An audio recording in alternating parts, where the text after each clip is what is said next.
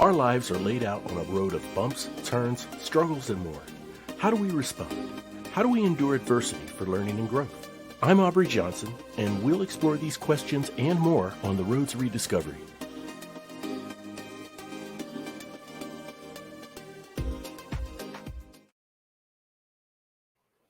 Hello, everyone, and welcome to another episode of the Road to Rediscovery. I'm your host, Aubrey Johnson. The Road to Rediscovery is about reflecting on life lessons to learn and grow from them, and of course, pay it forward and uplift others who are struggling through dark times. Now, as you know, on the Road to Rediscovery, we are very passionate about delivering quality content that is of value to you and your personal growth. If you like what you hear, please visit roadtorediscovery.com/donate. That's road, the number 2, rediscovery.com/donate. We'll give you a shout out in a future episode. And as always, there is no obligation. We are truly, truly grateful for your listenership. My special guest has a huge heart for being of service and helping others. He's an optometrist who owns his own practice and has an immense background in finance, investing in real estate, the share market, and authoring his book, Money Does Grow on Trees, 15 Books to Transform Your Wealth Mindset. He's on a mission to help people take control of their financial future and improve relationships with loved ones and colleagues. Ladies and gentlemen, let's welcome John Bolton to the show. Hey, John, welcome to the show. It's so great to have you here. Thanks, Aubrey. Great to be here. It's an honor to be here, and I'm so grateful for the opportunity of actually being here. I think if I would start anywhere, it's being grateful for what we have, and I think it's an understated thing because people say that they're grateful for X, Y, Z, but I think people get too involved in what they're grateful for, and I think that's you can be grateful for lots of things. I mean, I start the day by being grateful for waking up in the morning. I start the day by being grateful for the water that I drink in the morning, and just grateful for being where I live, which is a great part of the world. And it's just a habit to get into. If you can do something to start off with on your journey towards making life easier for yourself, it's to be grateful for the things that you already have. And if you can't think of anything that you are grateful for, then think of something that's pretty basic, like water, a job, the ability to walk around, the ability to run, or the ability to do some sort of physical exercise. Or it may be that you're really good at doing a puzzle, or you may be you may be an athlete, you may be an entrepreneur, you may be anything, but just be grateful for where you are in life to start off with, because that gets the ball rolling on all this sort of stuff. It certainly does, John. I couldn't agree more, 100% for sure. And I think gratitude starts with being grateful for the simple things, right? In my mind, at least. And so, here at the Road to Rediscovery, we have what I call the 4 cornerstones to personal growth, and that is humility, service to others, self-awareness, and of course, gratitude. So, gratitude plays a huge part, I think, in our personal growth and development. Would you agree?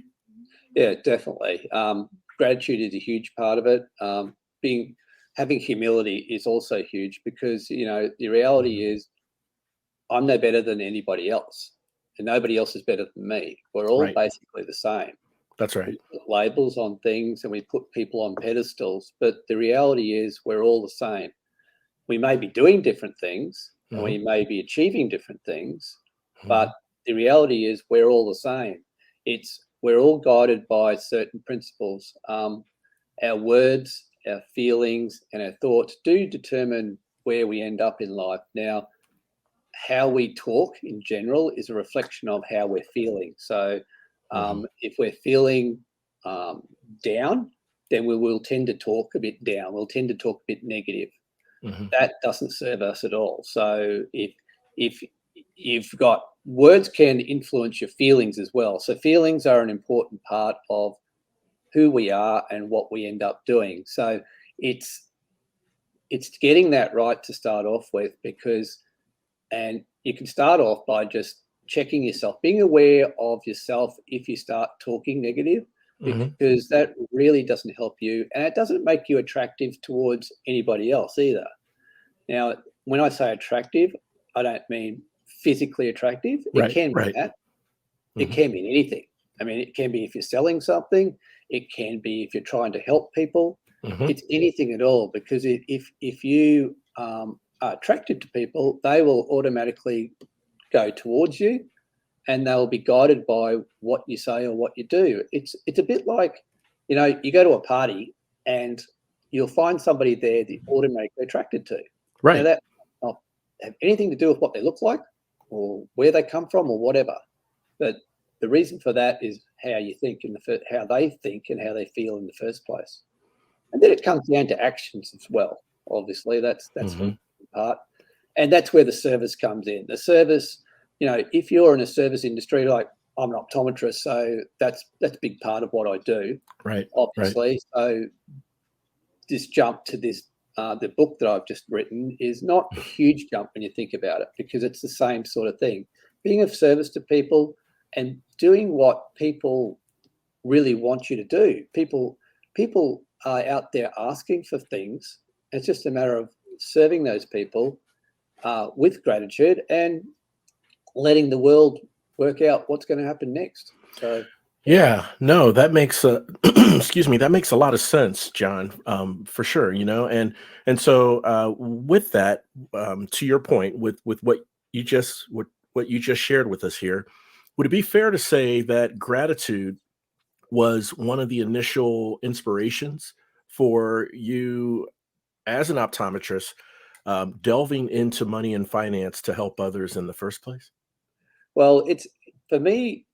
I'm glad I've got a gratefulness for the fact that I find that fairly easy to do. Now, I know a lot of people don't want to A, talk about money, and B, don't know where to start. So this whole idea is to get people started early in their journey towards wealth. It may be health as well. It may be something different. Right. We're all looking for something different. But at the end of the day, you really want a purpose and happiness. So if you've got a purpose in life, then it doesn't matter whether you're retired or whether you're still working or whether you've got a business or whatever you're doing. It's just a matter of having a purpose there. And, the reality is that once we get started in life, the only limitation that we've got is our own imagination. Yes. So Yes.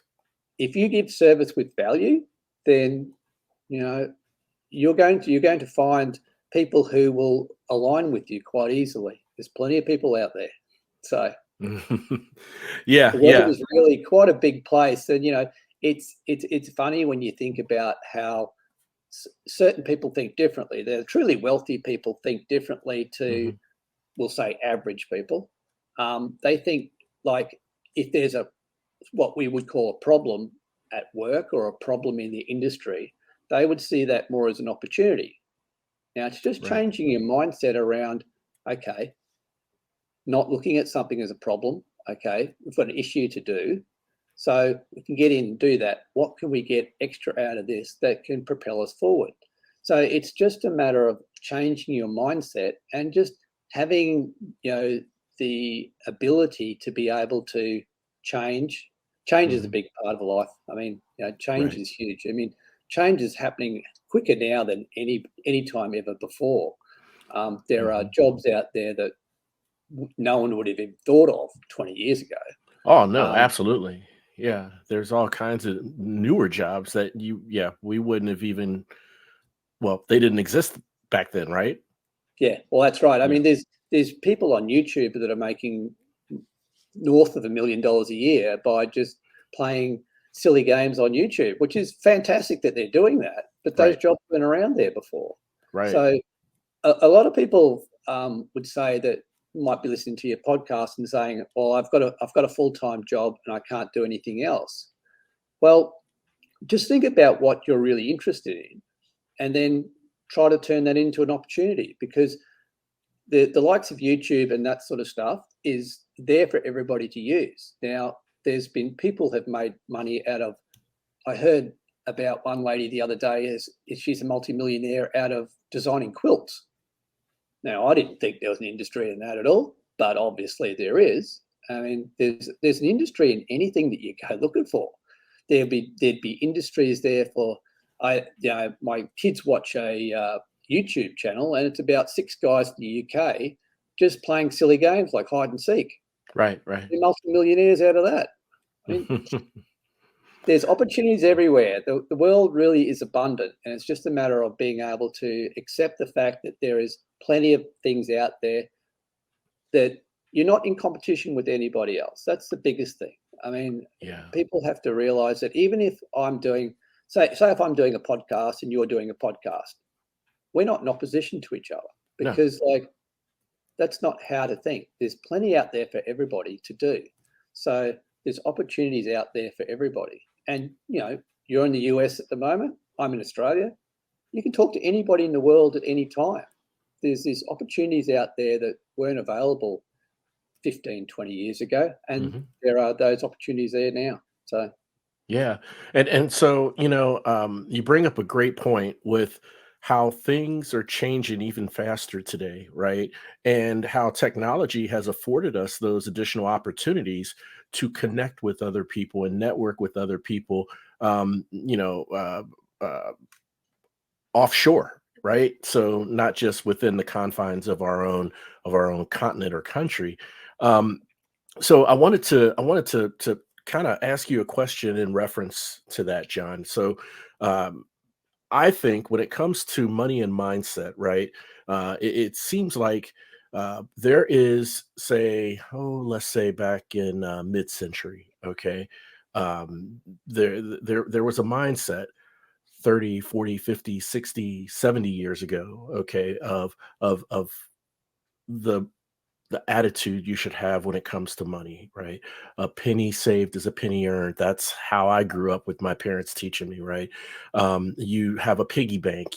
Something you really want, you put pennies and pennies away, and over time, you can get it.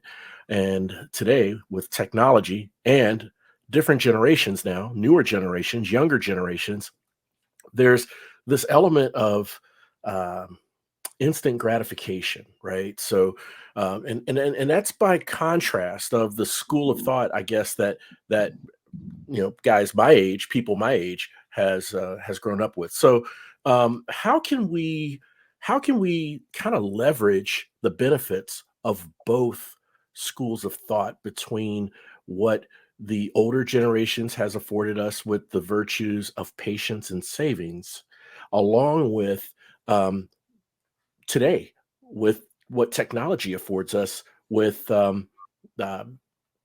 speed and speed to value. yeah. So many of the principles that we learnt a long time ago Hmm. are still relevant. Hmm. Putting money away, putting 10% of your wage away isn't rocket science. Right. But if you can do that and put it into something that works for you, like say an index fund, or if you're putting it away to buy a house, or Hmm. you're putting it away to buy an investment house, or you're putting it away to start a business, that is still sound advice. There's nothing wrong with that. The reality is that the notion that success comes from hard work isn't necessarily true. I mean, as I said before, there's people who've made a lot of money by not necessarily doing hard work. Now, how do you define hard work? Now, Right. 50 years ago, it would have been digging a ditch, being a labourer. Those jobs still exist, and Hmm. there's nothing wrong with those jobs. It's Hmm. just that if you're going to do those sort of jobs, you just have to make your money work for you well on the outside. And Right.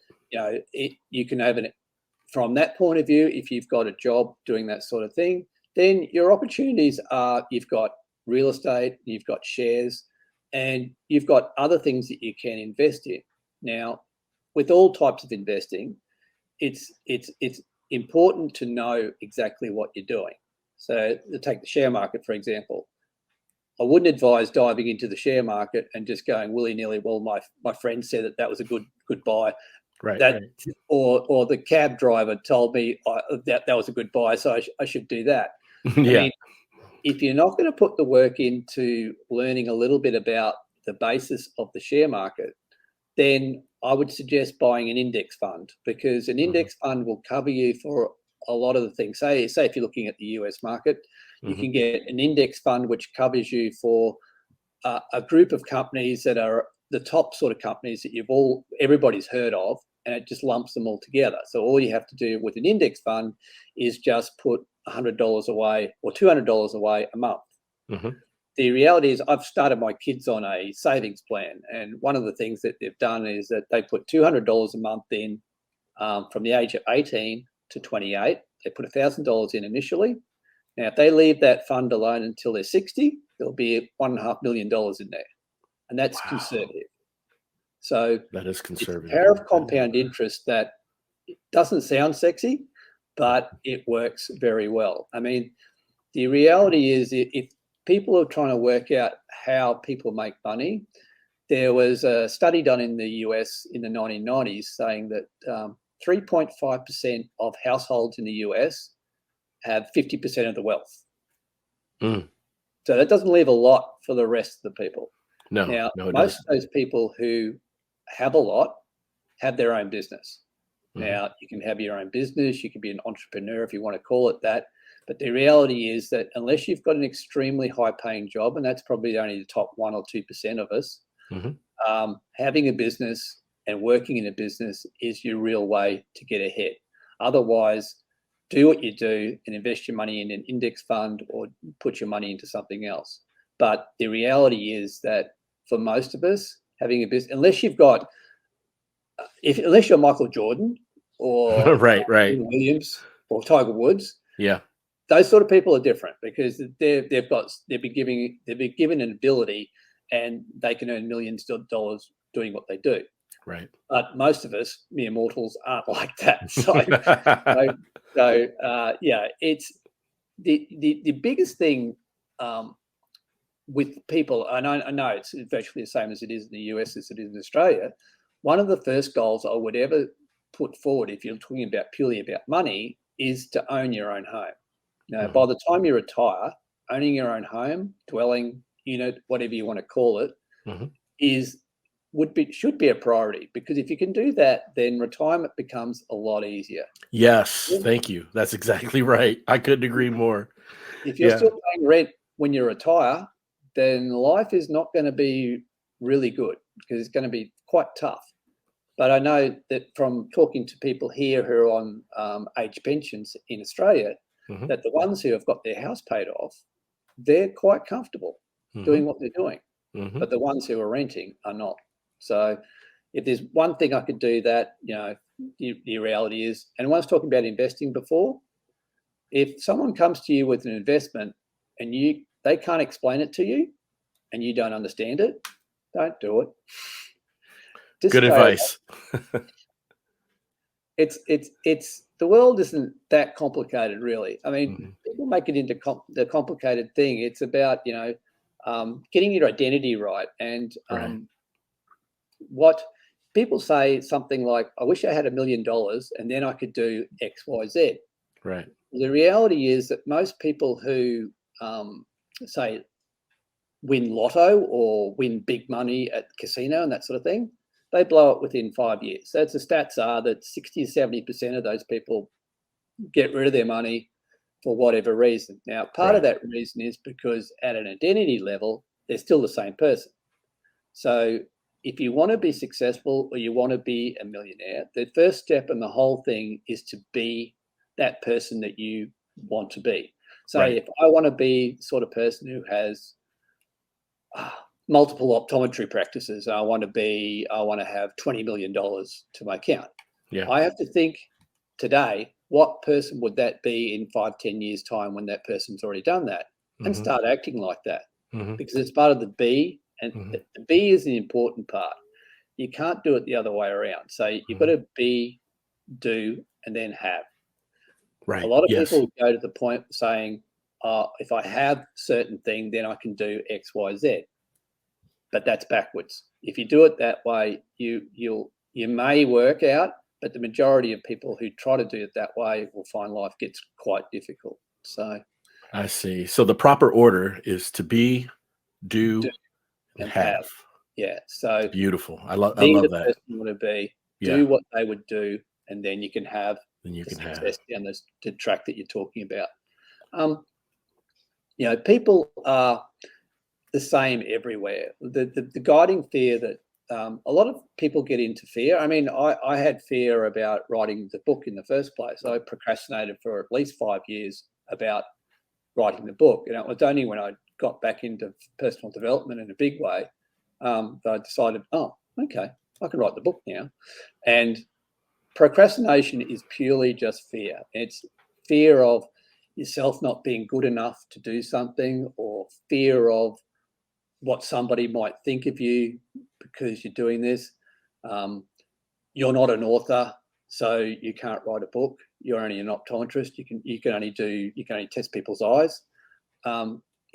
We get into this model of putting ourselves in boxes, and we got a habit of putting people in boxes, and we say, okay, well, you do that, you do that, you do that. You can't do anything outside that box. And a lot of times you're better off not listening to a lot of people. If you've got a desire to do something, I mean, the people who have done really well, and even people who have, like Stephen Hawking. I mean, you look at someone like him, he's spent the last 30, 40 years in a wheelchair and was not able to talk without the help of a computer.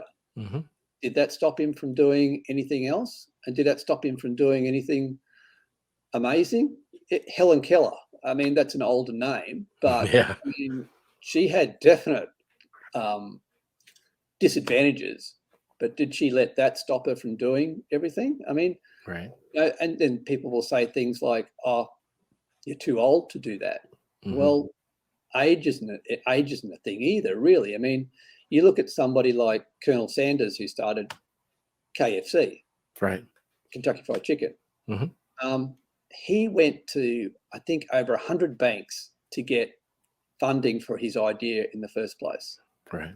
How many of us would do that? I would probably stop at 2 or 3. Talk about passion and drive, right? Yeah, I would stop at 2 or 3 too, John. Yeah, and he kept doing it, and he was 65 when he did that. I mean, wow. He wasn't, by most people's terms, a young person, Right, but right. you look at someone like Warren Buffett and Charlie Munger, who run Berkshire Hathaway. They're in their 90s. No one's saying that they're not capable of doing what they're doing by their age. Age is only just a number. It's purely not more than that at all. It's a label that we put on certain things, and it makes life more difficult for us sometimes. I mean, I'm 57, so I've got some friends who are contemplating retirement. Good luck to them. But I just couldn't imagine retiring at this age, because, there's another 30, 40 years left. I want to be doing something. I want to be helping people. I want to make a difference. I think if you just, it's okay if you retire and you've got a plan and you want to help people in your own different way. Right, right. But don't write yourself off. Just, it's our BS gets in the way of lots of things. Now, BS can stand for what it normally stands for. I tend to think of belief systems.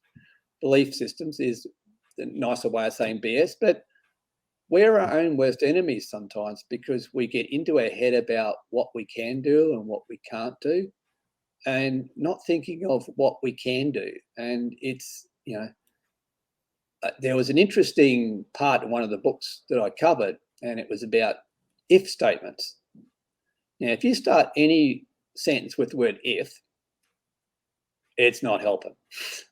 If you say, if I had, if so-and-so happened, if this happened, if, and I think that in the book, there's probably 100 different ifs, but those ifs are still relevant today. And you just got to watch how you think and how you talk. It really does, get in the way of a lot of things. I mean, the success to anything is go with what you like doing. I would say if you like, there's a guy that I follow. I'm a Dolphins fan.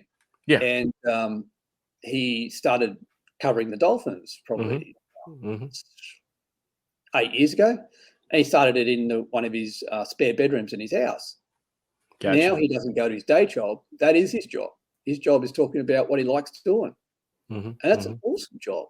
I mean, if you're doing something that you don't think is work, I mean, that's beautiful. I mean, I don't think of me going to work as being work. I go to work to talk to people and to help people out.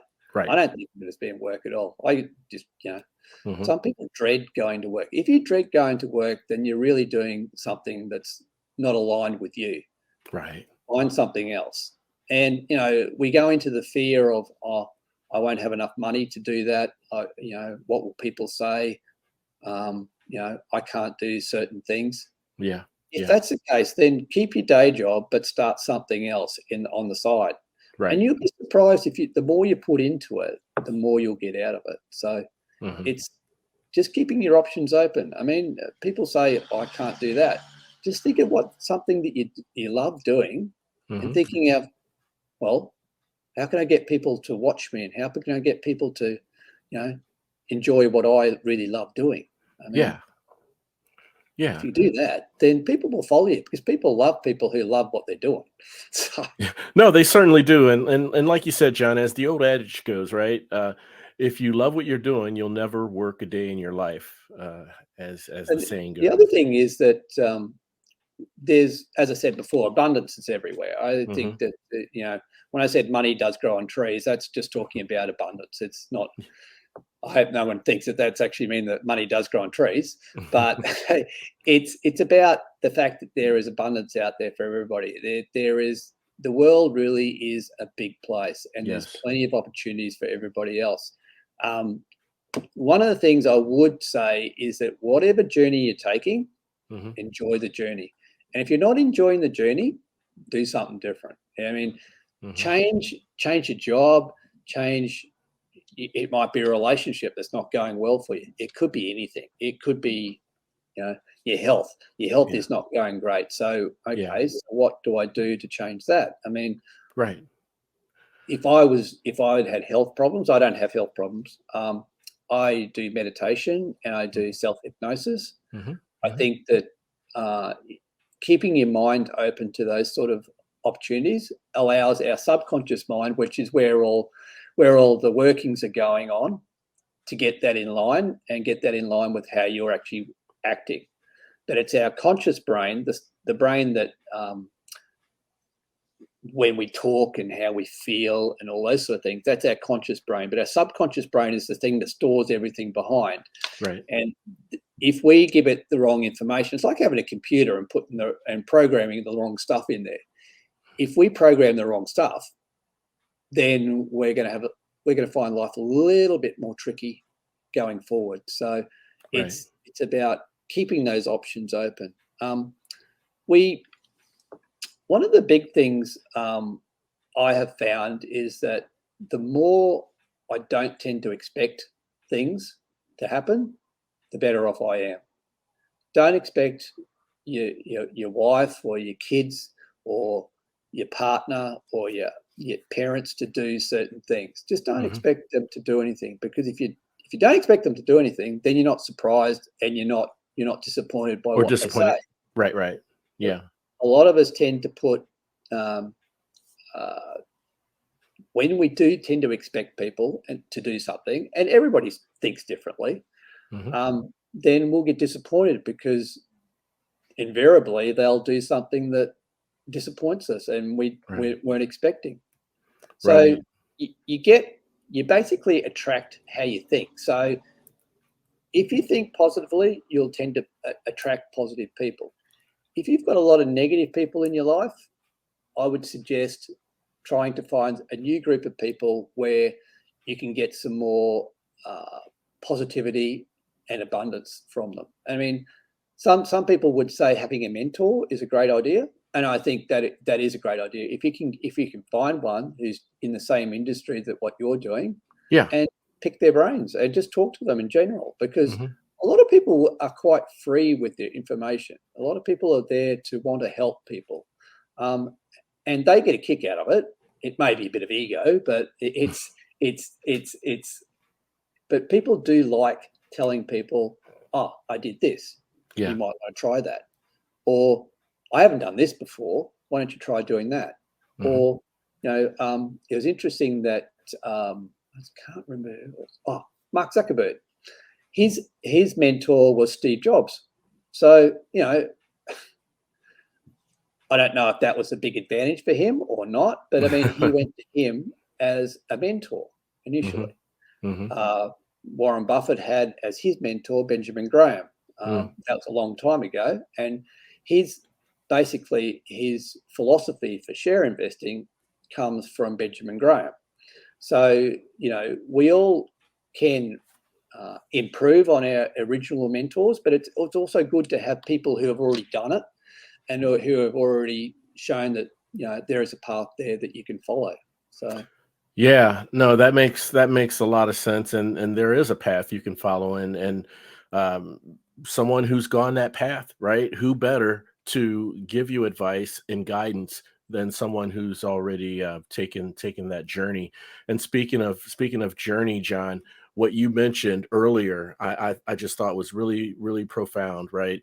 Finding something that aligns with who you are, with your passion, and looking for your purpose, your why, right? Like, why am I doing this? Why do I want to pursue this? And understanding what that why is, um, that has a big part, or plays a big part in our behaviors, our patterns, and those sorts of things. And I wanted to see what your thoughts were on someone who is ambitious of reaching a dream, following their dream. Okay, and to your point, your advice is to enjoy the journey, right? And that person may be so consumed with making a lot of money. I want to make a lot of money. Now, the dream may not necessarily be to make a lot of money. They want to be famous and make a lot of money, or they want to own this and make a lot of money, but enjoying the journey, is what I think they should do. But if they're disenchanted because they haven't reached that goal yet of making a lot of money, then that may, I don't know, discourage them from going any further or pursuing. What are your thoughts on? Again, it comes down to how you talk. Yeah. A lot of people will say, I need $1 million. Hmm. I need a high paying job. I Hmm. need to have a great house. I need to have a great wife. I need to have a great husband. I need to have great kids, grandkids, whatever else there is. Hmm. Once you start needing something, the universe, I believe in the universe or God or whatever you want to call it, will not reciprocate in any way, because you're coming from a point of view of lack. So if you're coming from a point of view of lack by needing something, Right. more than likely you're not going to get it. A different way of looking at it is saying, I intend to have whatever. I intend to have $1 million. I intend to have $10 million. Right. I intend to have a successful professional career. I intend to be someone that helps other people. But don't ever say, and this is where it comes down to, it's this part of it. And it's the important part is how you talk and how you feel, and it's so important, because you'll have people but literally banging the head against a brick wall, trying to work out, how do I get ahead? And it's a lot of it is how they talk to themselves. It's Right. more, it's not so much what you say out there, it's what you're saying to yourself. Hmm. And then our subconscious gets, okay, well, I can't do that because I've already been told I can't do that. So I'll just find examples of why I can't do that. And that's where our brain goes for. It goes for things that we, once it's like going to the gym. If you start going to the gym and you find it difficult after you say, I'm going to go to the gym for 100 days. Every day I'm going to go to the gym. I'm going to do something in the gym. I'm going to get fit and I'm going to get healthy. After about 6 or 7 days, what part of our brain will always go towards is say, oh, I'm not feeling the best today. Yeah. Well, let's not go today, and we'll just do it tomorrow. Mm-hmm. Mm-hmm. And when tomorrow comes, it'll be like, I'll find another excuse why I can't do it. And eventually you find out that your goals haven't been met because your brain's got in the way of telling you, oh, I'm feeling a little bit sore, I'm doing this, I'm doing that.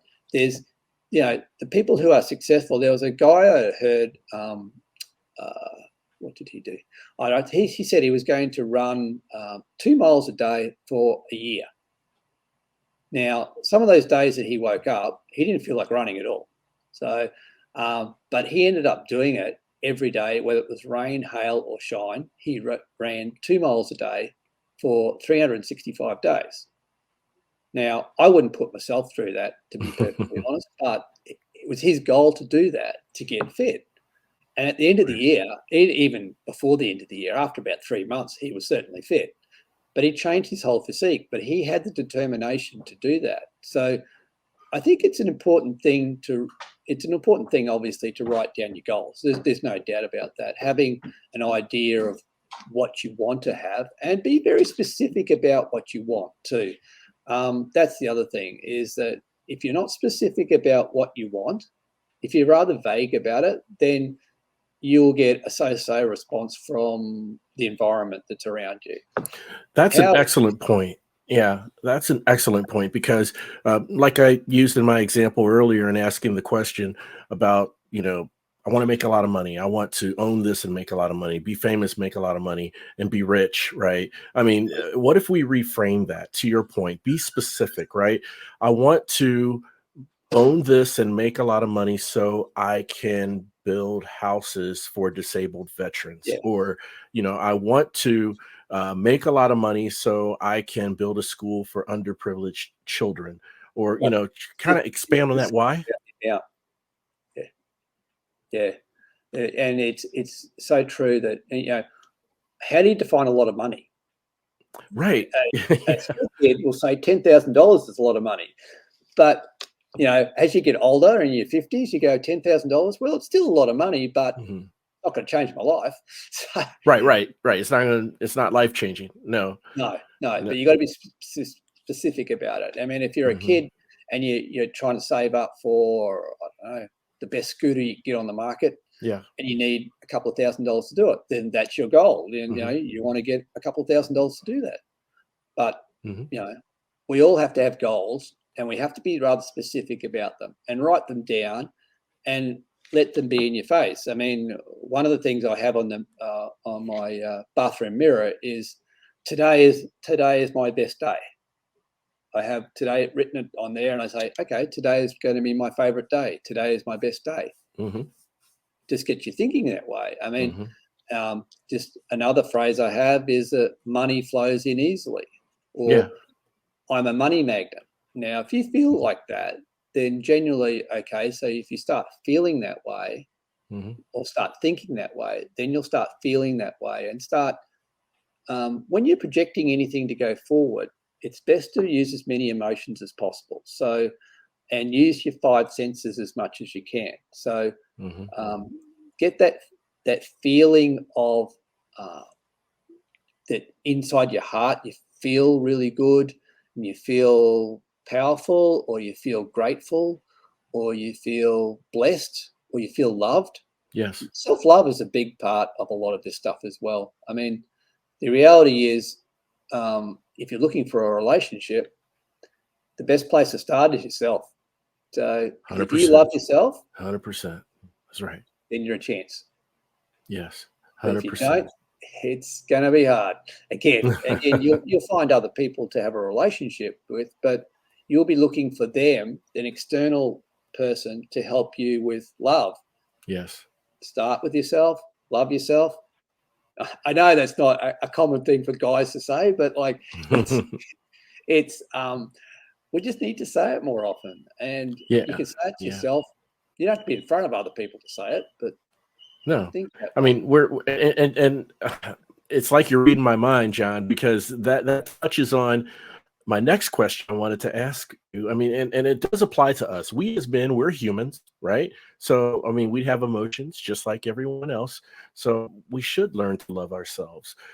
Can you share an anecdote or an insight from your book in terms of the mindset on money that can help or enhance our relationships with our loved ones? Well, it's the same. It's the same thing. So Yes, for our sir. loved ones, I mean, as I said, start with self-love. That's Okay. a big Okay. part of it. As you know, it's when you. I'll take it from a guy's point of view because I'm a guy. But like the reality is, if your wife or your significant other is venting to you about an issue, Hmm. um, they don't want to hear how you're going to fix it up. Guys normally go to, how can I fix this up? That's right. Uh, That's right. 3 easy steps you need to do is this. Hmm. Hmm. But the reality is, from a woman's point of view, all Hmm. they want you to do is to listen. Listen. Nod, maybe. Say, I hear you. I understand where you're coming from. Yeah. Um, they're not looking for you to patch everything up. They're just looking for you to show some empathy, which Hmm. is important. Hmm. Hmm. Some show that you care. And sometimes that's just keep the mouth shut and Yeah. just go, oh, Yeah. okay. Yeah. Yeah. You're right. As men, we have a default. Our default is trying to be Mr. Fix It, right? Yep. Yeah. And sometimes, I mean, in a lot of cases, our And it wives, works they the other just way want us too. to listen. Yeah. Yeah. And it works the Yeah. other way too. For women, it's the same thing. If a guy Uh-huh. comes home with a problem and what's the vent, okay, you can just, what I would recommend you do is just sit down, have a chat, but let them vent and do what they need to do. Hmm. And then say, okay, I understand where you're coming from. And then eventually, as temperatures cool down a little bit, then we can talk about how to, but we need to get the temperature down before we actually do anything like that, because it's the same thing. It's like business, wealth, relationships. It's all about living in the now is a big thing. I mean, Yes, it is. don't think about what you did 5 years ago, 10 years ago. That's not really going to help you. Just Mhm. imagine today is a bright, cheerful day, and today's going to be my favorite day. And I'm not looking Mhm. for anything else apart from today. I'm just going to smell the roses today. And then when tomorrow comes, it's the same thing. That's my new best day. But when we think too far backwards or too far forwards, that causes other things to happen. And that's where our minds go to. And that can cause anxiety if you're thinking too far in the future, because none of us know what's going to happen tomorrow. Right. So why get worried about it? And the Yeah. past, well, that's just the past. It's gone. Just put it Can't change behind it. you. Yeah. I mean, I when I did high school, I didn't do very well the first time, and I ended up going back to repeat our, we call it grade 12 in Australia. You might call Mhm. it something. You might call it senior in the US. I Mhm. went back to repeat senior at the age of 19. I went back to the same public school that I went to in the first place. Mhm. Um, I was there with brothers and sisters of people that I went through the first time, Mhm. but I did a lot better the second time because I had a focus. I was more in tune with who I was. I was a little bit more mature. I didn't do necessarily any more work, but everything came a lot easier to me because of how I thought.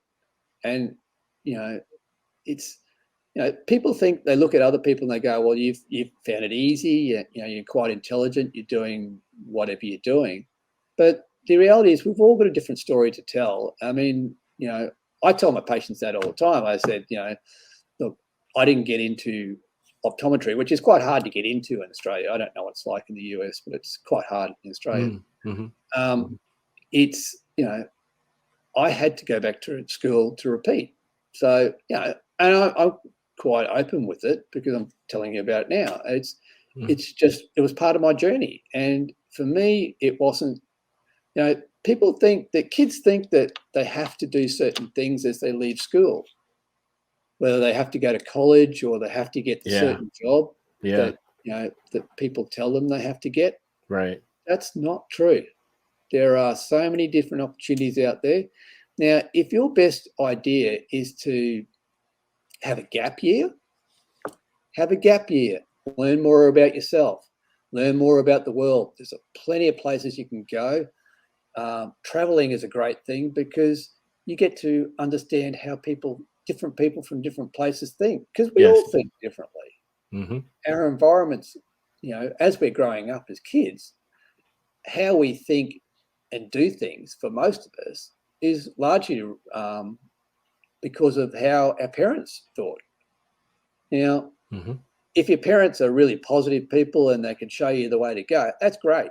But not all families are like that. No, they're not. It doesn't work that way. Mm-hmm. And if you've learned 100 different things by the time you're 7, because we're automatically programmed to the age of 7, right? Then we can work it out for ourselves, apparently. But the reality is, if you've got all that pre-programming going on to start off with, then you need to do something about the program. What you've got to ask yourself at the end of the day is, what I think and what I think is real, does that help me? Mm-hmm. And if it doesn't help you, then come up with something different. Because a lot of the stuff that we think is actual facts are not really. There's a lot of things out there that we believe a certain thing. It's like, you guys have got your midterm elections on at the moment. Now, you'll have 50% of the population will be thinking one thing and 50% of the population will be thinking the other thing. That's right. Does that mean one side's wrong? No, it just thinks they just think differently. That's purely what it is. It's just, if I can suggest something that people don't get into politics too much, because unless you've got a career doing it, word to the wise. It doesn't help. It's like people are getting into social media and they're on their iPhone for 12 hours a day looking at what other people are doing, and people don't post all the bad stuff that they're doing. Nope. They only post the good stuff. So that's right. None of that stuff helps. So be aware of what's going on in the world, but the stuff that they go on with, really? Well, everyone wants to put their best foot forward and cast themselves in the best light possible, especially for these social media posts, right? So, I mean, what really matters is removing that facade, right, and seeing what is the layer beneath. That's where you get to the real substance, I believe, metaphorically speaking. Yeah, that's right. Yeah. And you also, the reality is, in Australia and the US, it doesn't really matter who wins. It really doesn't make that much difference. Right. There might be differences ideologically, but the reality is you're not changing the country in a big way. It's just like, well, depends on how you look at it. So I used to do that. It was like, we had an election earlier on this year. I paid no interest to it at all. That was the first election that I haven't paid interest in, and it was glorious. It was good. It was good, huh? it just makes you feel a lot lighter, not having anything to do with any of that sort of stuff. It's just great. And I was never a big person on social media anyway, but so the social media thing for me is purely just to promote my business and promote my book. That's really all I use it for. I'm part of a community that's very like-minded, and I do a little bit on that with that's part of Jim Fortin's TCP program. And there's probably 1,500 people in there, and it's all positive stuff. There's no negative stuff on that platform at all. If you can find a platform like that, great. It's people today are looking for communities that have communities of self-minded people, people that think the same way as you do. And that's a big thing. And if you're trying to make money, I mean, the reality is, that isn't going to be the biggest thing in the next 10 years, is community stuff. So if you can organize some sort of community activity that brings all the people in the community in, you'll do well. There's all these opportunities out there. Enhancing relationships, and building community. that, I see that happening and moving in that direction in a lot of areas, right? Over time, it will be the thing to do. Hopefully, on a global scale, it brings people closer together. You know. Well, it's a bit like there's a move in the US for integrated healthcare. I don't know if you've heard Hmm. about it, but it's actually putting multiple professions together in the one spot, Hmm. which is where health should be, really. And I don't like using the word should at all, I really don't. Hmm. But Hmm. the reality is, by putting all these things together, then you're going to get a holistic view of what's going on. And, not just your conventional types of, your GPs and your Right. Right. physiotherapists and that sort of thing. I mean, Yeah. have, hypnotists and have acupuncturists and have Right. naturopaths and, Hmm. anything like that that would be an alternate to what would be the norm. Yeah, if I can, yeah, that's an example of an organizations that are starting to do it in a better way, and Good. that to me makes sense.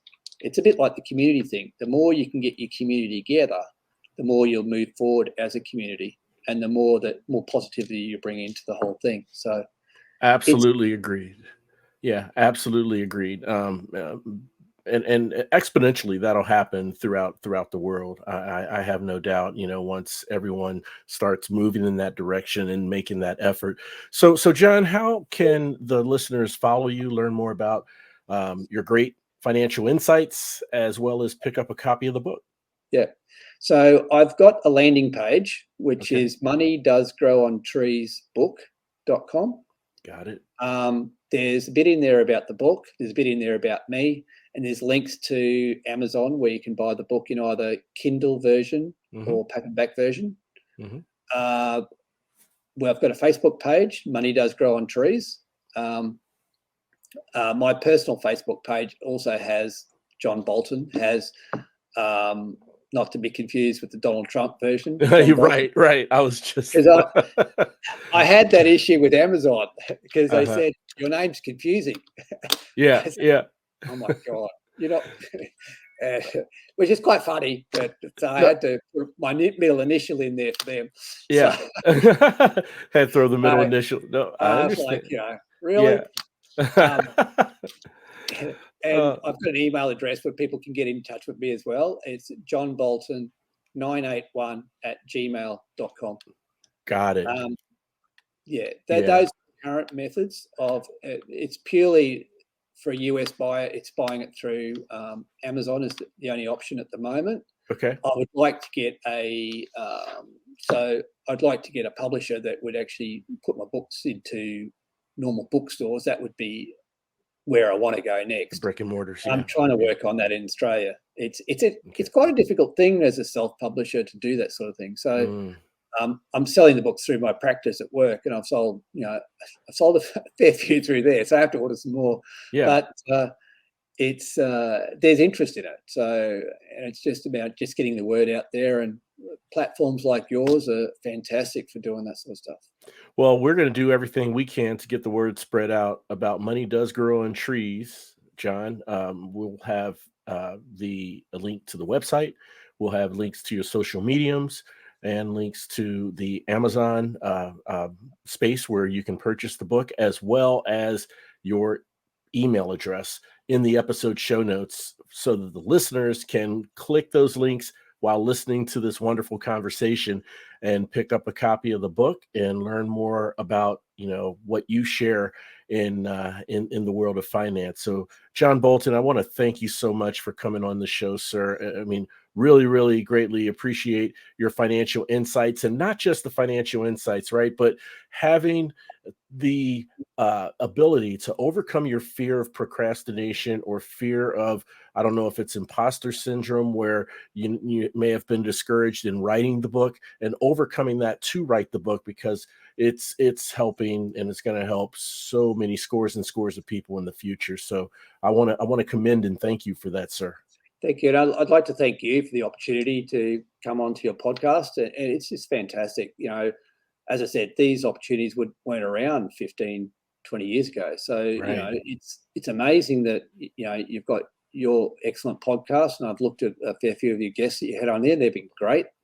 It's great that you're putting the word out there, and they all seem to be like-minded people, which is fantastic. I mean, it's just try not to be.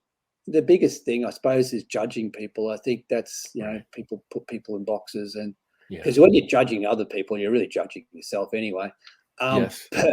But I'm really grateful for the opportunity to come and talk to you all, Bree, today. That's just fantastic, and hope it all goes well for you. Oh, thank you, sir. Thank you so much. Greatly appreciate it. And I want to thank all of you for tuning in and listening. And look, if you have a loved one or a colleague, a friend, a neighbor, someone who just doesn't seem to be themselves, maybe they're going through some dark days of despair, not quite sure where to turn or who to turn to, I humbly ask that you please share this show with them, because on the road to rediscovery, we want our listeners to know two things. Number one, you're not alone. And number two, there's always hope. The road to rediscovery is a movement, a revolution. And guess what? You are now part of it. We're all roadies on this journey of life, and it sure feels good having you on the road with me. Thanks again for listening. We'll chat again soon. We really hope you enjoyed this episode of The Road to Rediscovery. We'd love to hear from you. Shoot us an email at roadtorediscoverypodcast@gmail.com and leave us any questions or comments you may have. The Road to Rediscovery is an AJ Shark production.